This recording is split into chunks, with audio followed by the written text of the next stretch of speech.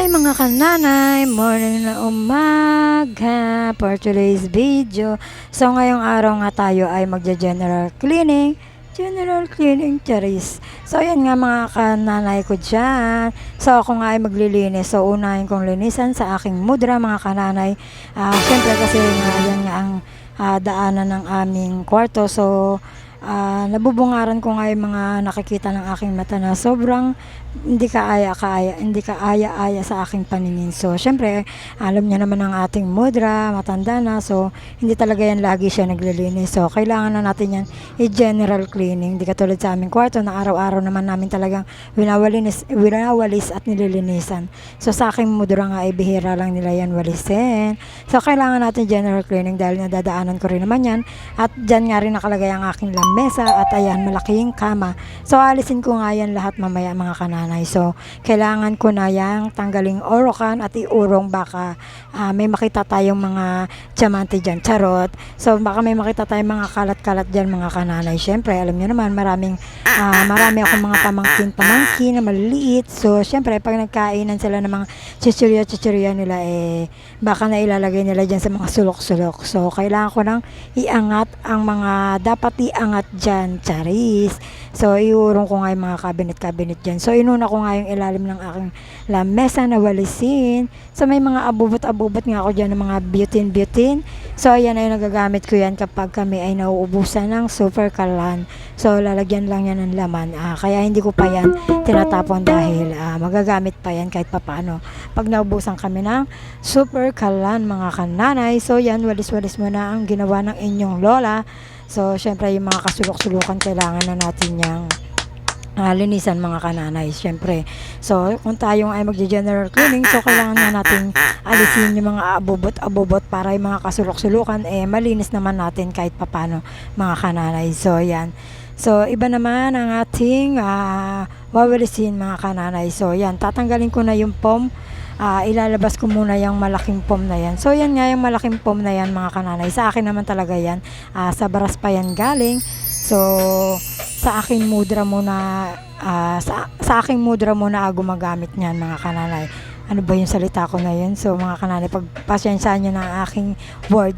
So aking mudra muna ang gumagamit ng aking malaking foam dahil nga siya ay malaki ang kanyang kwarto kaysa sa aming kwarto na tindahan. Sa kanya malaking space, kasyang kasya sa kanya ang malaking foam. So hindi nga yan kakasya sa aking tindahan dahil maliit lang yung aking kwarto mga kananay, hindi kakasya ang malaking foam na yun, kaya nagpalitan muna kami. So ayan na nga, nung inangat ko na ang cabinet, ayan na ang resulta.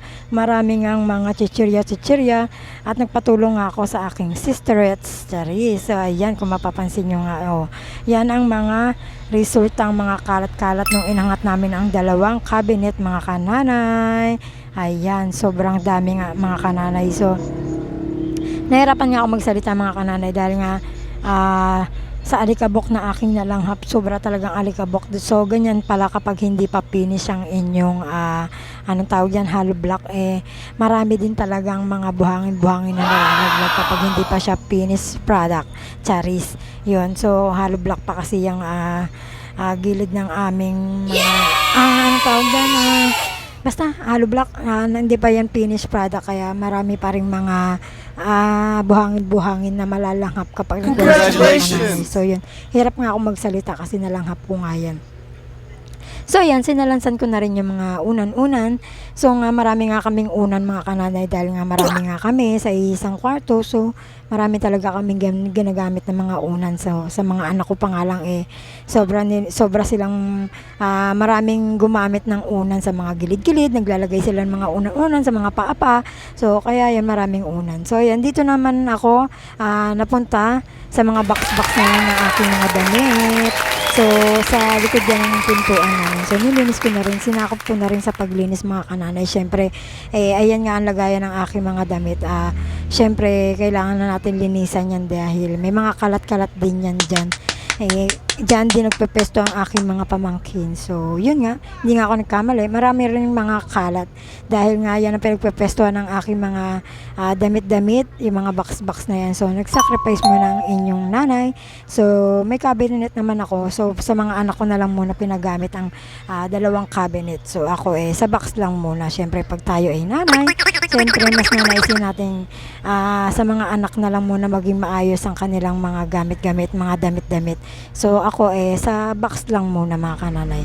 So, ayan na nga, andyan na nga ako sa aking tindahan at sa tindahan na ako maglilinis mga kananay. So, hindi naman masyadong linisin yung mga sa aming kwarto ng aming mga anak dahil araw-araw nga ako naglilinis niyan mga kananay. So, walis-walis lang ulit yan at taas-taas lang ng mga kung ano-anong mga anik-anik at mga abubot ang aking lilinisin dyan mga kananay. So, sobrang haba nga ng aking video dahil nga 3 kwarto ang aking nilinis. So, sa aking kwarto naman, saglit ko lang naman yan nilinisin mga kananay dahil araw-araw ko nga yan nililinis. Napatagal lang ako dahil sa aking mudra, dahil nga inangat ko yung mga bagay-bagay at mga kabinet dyan. Kaya